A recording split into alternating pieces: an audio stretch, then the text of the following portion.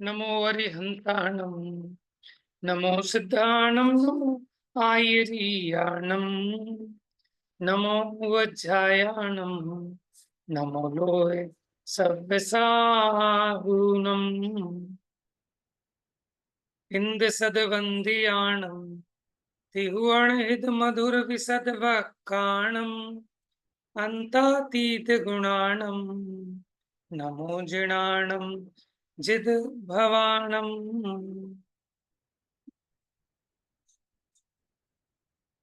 देखिए, अपनी तीसरी गाथा प्रारंभ हुई थी और तीसरी गाथा में पंचास्तिकायों की बात प्रारंभ कर रहे हैं। तो यहाँ समय मतलब पंचास्तिकायों का समुदाय।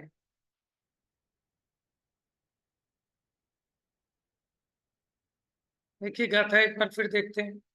संवाहो पंचण हम सम उत्तीजनोक्त में ही पण्णतम सोचे वह हवदिलो तत्तो अमियो अलोकम पंच अस्तिकायों का ही समुदाय समय जिन राज कहें वही लोक कहलाता उससे आगे अमित आलोक रहे।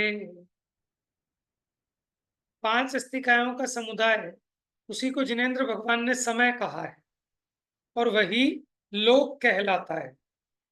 यानी आपने ये तो सुना है कि छह द्रव्यों के समूह को लोक कहते हैं, विश्व कहते हैं, लेकिन यहाँ क्या कह रहे हैं, पांच अस्तिकायों के समुदाय को जिनेंद्र भगवान ने लोक कहा है और उससे आगे अमित यानी अमाप आलोक है। अब इसमें हमने समय व्याख्या तो पढ़ी थी।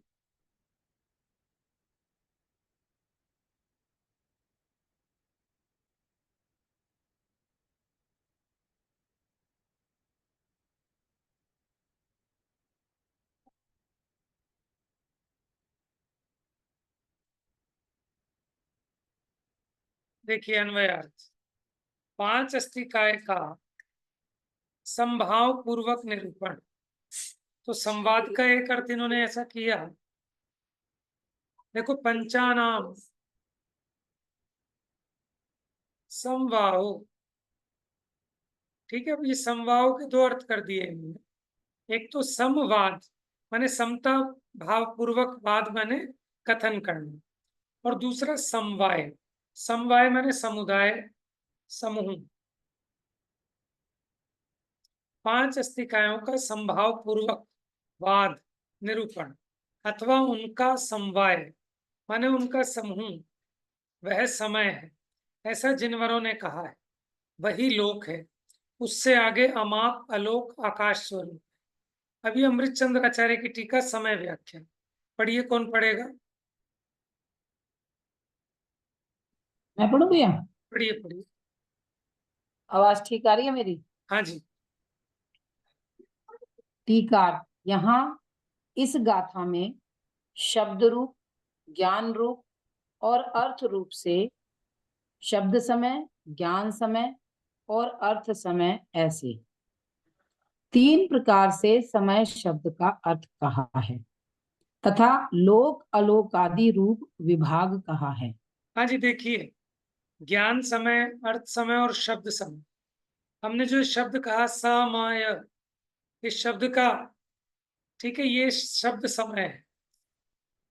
और जो जगत में यथार्थ रूप से द्रव्य गुण पर्यायात्मक पांच अस्तिकायों का समुदाय है वो अर्थ समय है। और आपके ज्ञान में जो पांच अस्तिकायों का समुदाय जो आपके ज्ञान में विषय बना, ठीक है, उसकी सत्ता वो ज्ञान समय है। जैसे तीन प्रकार की गायें बताते हैं ना, शब्द गायें, अर्थ गायें और ज्ञान गायें। तो ज्ञान में गायें को जानने रूप जो परिणमन हुआ, ठीक है, ज्ञान में जो गायें हैं वो बाहर वाली द्रव्य गुण पर्यायात्मक वाली गायें अपने ज्ञान में प्रवेश नहीं करती। हमारे ज्ञान में तो ज्ञान ही ज्ञान है, ज्ञान की ही रचना है, ज्ञान की ही कला है। वो ज्ञान गाय है, ज्ञान ज्ञान से ही बनी है, ज्ञान का ही मटेरियल है उसमें। लेकिन उसका निमित्त वो बाहर वाली जो अर्थ गाय है, जो लात भी मारती है दूध भी देती है, ऐसी, ठीक है, वो अर्थ गाय है। और गाय, ये जो शब्द है, भले ही उच्चारण रूप है अथवा लिखित रूप में हो, ये शब्द गाय है। तो इस प्रकार किसी भी वस्तु को ज्ञान नय, अर्थ नय और शब्द नय के द्वारा समझाया जाता है। तो यह समय को भी 3 प्रकार से कहा। वो लोक अलोक के विभाग रूप में बताया उसको, कि जहाँ ये 5 अस्तिकाओं का समूह है वो लोक है और उससे आगे आलोक है।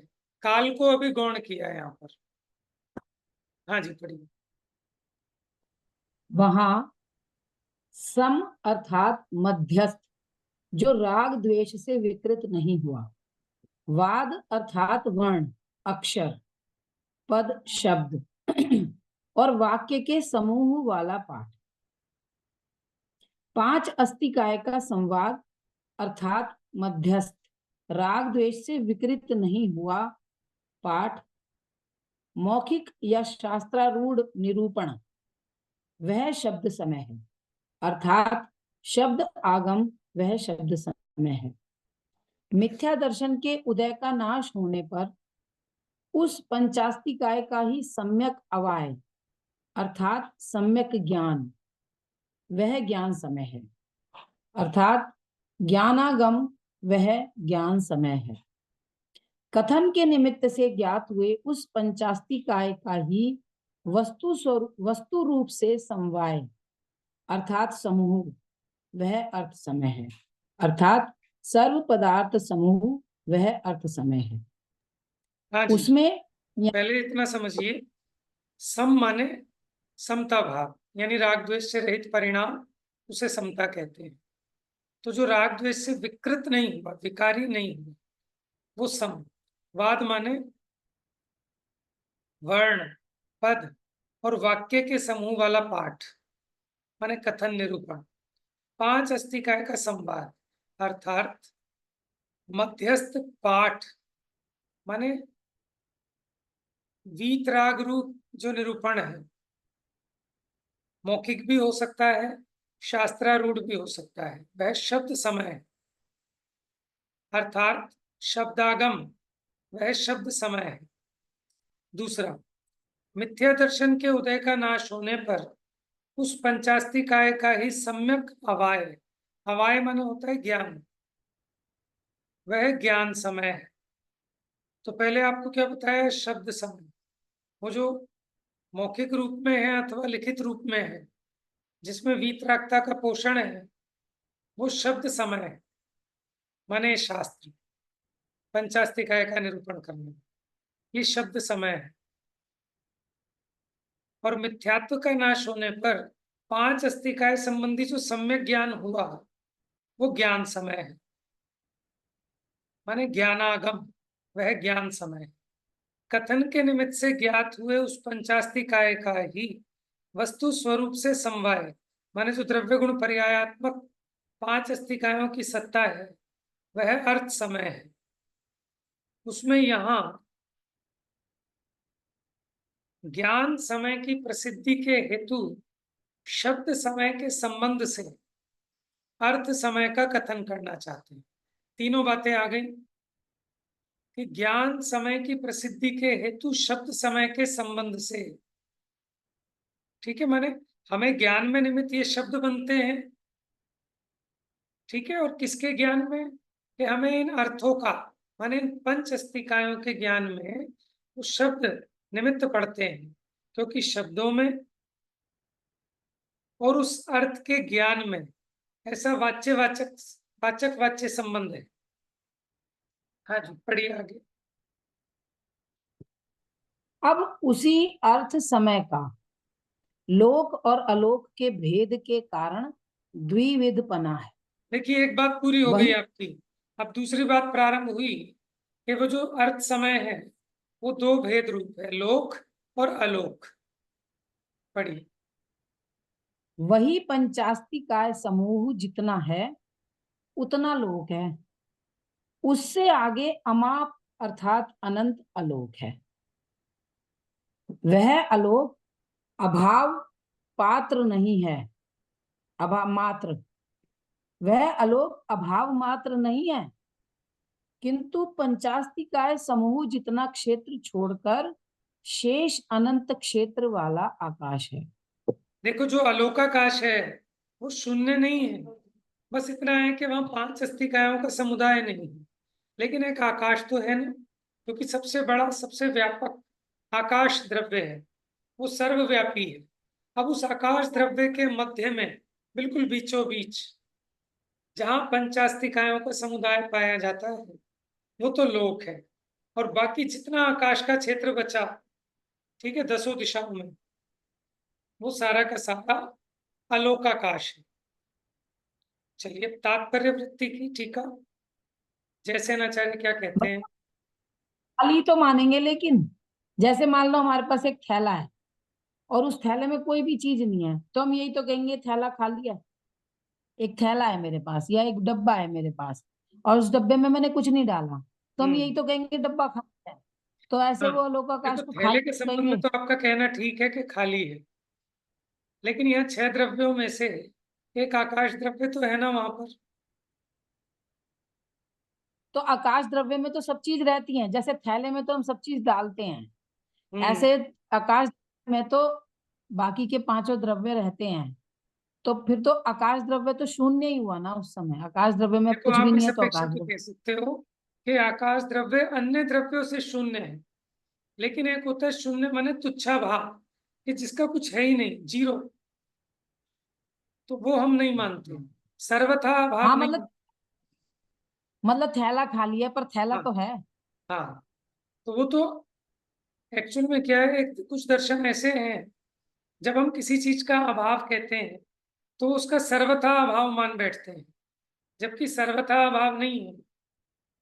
5 अस्तिकायों का समुदाय नहीं है, इस अपेक्षा तो आप कह दो कि अभाव है, लेकिन उन 5 अस्तिकायों में से एक आकाश अस्तिकाय तो वहां है ही, तो इस अपेक्षा समझना बस। ठीक है, क्योंकि जैसे देखो, आत्मा में एक अस्थि धर्म है, एक नास्ति धर्म है। तो आत्मा नास्तित्व रूप तो है, लेकिन पर के धर्मों की नास्ति है, अपने धर्मों की तो नास्ति नहीं है ना। जैसे देखो, घट, घट पने अस्थि रूप है और पट पने नास्ति रूप है। घट की घट में तो सत्ता है और पट में असत्ता है, तो बस पट में नहीं है, इस अपेक्षा हम नास्ति कह रहे हैं। कोई सर्वथा शून्यवादी बिल्कुल तुच्छा भाव ना मान ले, माने प्रत्येक वस्तु अपने स्वचतुष्टय में होती है, पर में नहीं होती। तो यहाँ बस इतना समझना। देखो, आप ये सोचो, जैसे आपका ये रूम है, इस रूम के बिल्कुल बीचों बीच, ठीक है, वो छहो, एक द्रव्य है आपका स्पेस, ये जो खाली स्थान है इसको आकाश कहते हैं।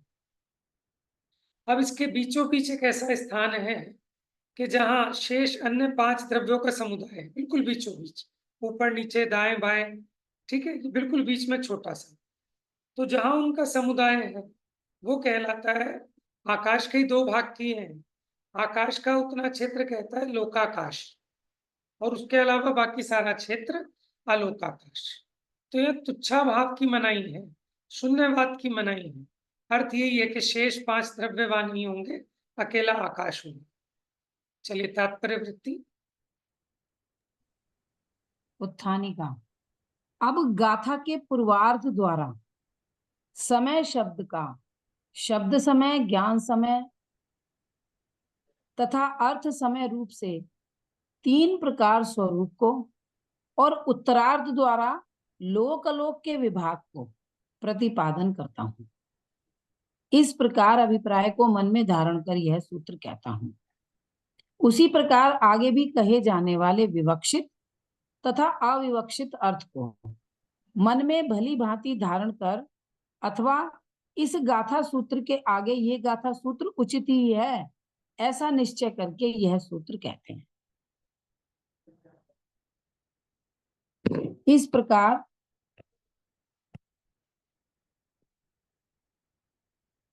देखिए, इसके पूर्वार्ध में हमने समय को बताया है, और उत्तरार्ध मतलब सेकंड पार्ट में, गाथा के 2 पार्ट किए। सेकंड पार्ट में हम ये कहते हैं कि लोक अलोक का विभाग।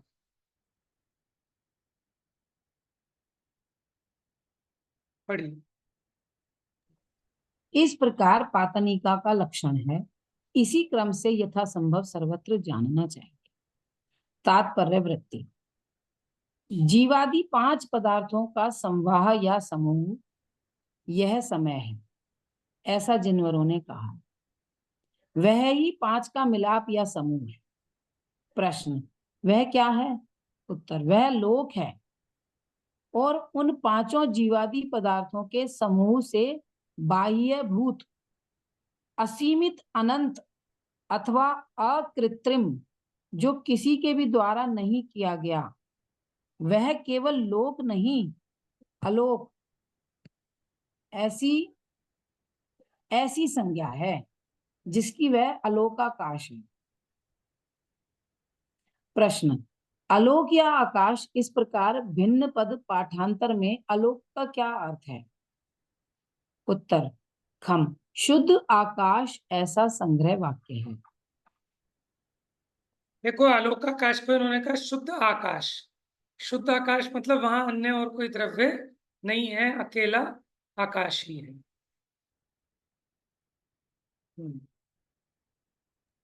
भैया जैसे इसको ऐसे भी समझ सकते हैं कि जैसे मान लो हमने दूध गर्म किया और दूध में हमने बादाम डाल दिए, काजू किशमिश इलायची डाल दी, तो वो तो कह दिया भाई ये तो बादाम काजू किशमिश इलायची के समवाय का दूध है, और एक दूध है जिसमें कुछ भी नहीं डाला। हाँ, कह तो सकते हैं। ऐसे थोड़ी, वो तुच्छाभास थोड़ी है, वहां दूध तो हाँ, है ही। ठीक, कह सकते हैं सर। ठीक। ठीक है। वह इस प्रकार है। समय शब्द का शब्द ज्ञान तथा अर्थ भेद से पूर्वोक्ति 3 प्रकार व्याख्यान किया है। जीवास्तिकाएं आदि 5 अस्तिकाओं के प्रतिपादक वर्ण, पद, वाक्य रूप वाद हैं, पाठ हैं। अतः वह शब्द समय या द्रव्य आगम है।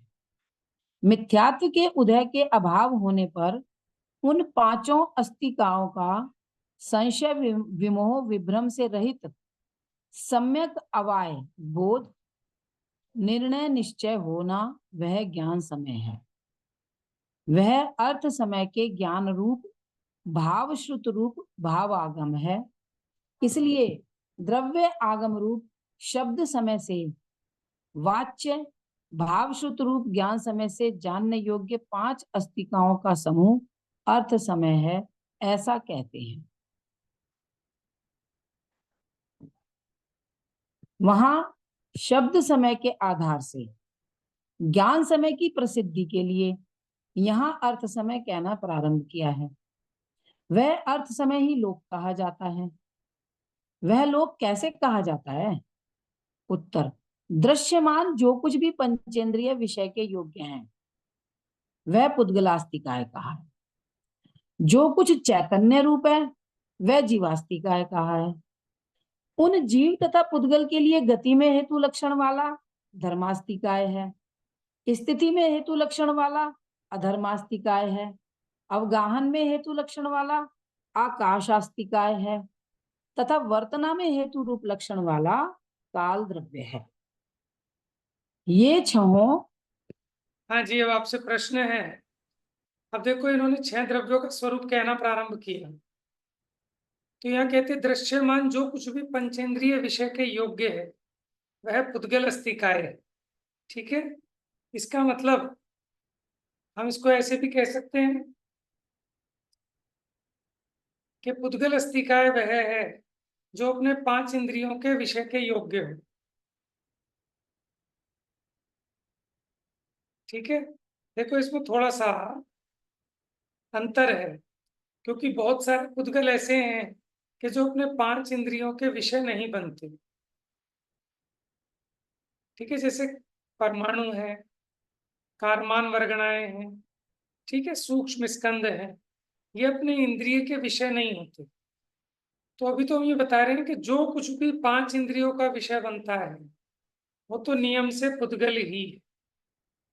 ठीक है, अब वो 2 प्रकार के होते हैं कि पुद्गल कुछ इंद्रिय गम्य होते हैं, कुछ इंद्रिय गम्य नहीं होते, सूक्ष्म परिणमन को लिए, लेकिन जिनमें स्पर्श रस गंध वर्ण पाया जाता है, इसलिए कदाचित उनको ऐसा भी कह देते हैं कि पंचेंद्रिय विषय के योग्य है। भले ही वो 5 इंद्रियों से जानने में आए चाहे ना आए, ठीक है ना, लेकिन उनमें स्पर्श रस गंध वर्ण है ना, और वो 5 इंद्रियों के विषय है। क्योंकि आपने पढ़ा होगा स्पर्श रस गंध वर्ण शब्दास तदर्था, ये किसके अर्थ, किसके विषय है, 5 इंद्रियों। लेकिन स्पर्श रस गंध वर्ण तो परमाणु में भी है, लेकिन आप उसको जान नहीं पाते। ये आपकी ज्ञान की कमजोरी है, इंद्रिय ज्ञान की। लेकिन वो तो कहलाएगा तो इंद्रिय विषय। इस अपेक्षा इन्होंने कहा दृश्यमान जो कुछ भी पंचेंद्रिय विषय के योग्य है, दृश्यमान में खाली आंखों से दिखाई देने वाला नहीं लेना, 5 इंद्रियों का विषय ले लेना, ठीक है। भले ही आपकी 5 इंद्रियों से जानने में ना आए तो भी, तो जितना कुछ 5 इंद्रियों का विषय बनता है वो टोटली एकमात्र पुद्गल है। जो कुछ आपको कान से सुनाई दे रहा है, छू कर, चख कर, सूंघ कर, जो कुछ भी आपके जानने में आ रहा है वो सारा का सारा पुद्गल है। और जो कुछ चैतन्य रूप है वो जीवास्तिकाय है। और जीव और पुद्गलों की गति में जो निमित्त है वो धर्मास्तिकाय है। और गमन करते हुए जीव पुद्गलों को रुकने में जो निमित्त है, देखो इसकी परिभाषा वैसे ऐसे दी है, स्वयं गतिमान जीव और पुद्गलों के गमन में जो निमित्त है, स्वयं गति रूप परिणमते हुए, ऐसी गति से स्वयं स्थिति रूप परिणमते हुए जीव और पुद्गलों के ठहर रुकने में जो निमित्त है वो अधर्म है। हाँ, वर्तना होता है परिणमन, कि स्वयं परिणमते हुए द्रव्यों के परिणमन में जो निमित्त है वो काल द्रव्य है। ये छहों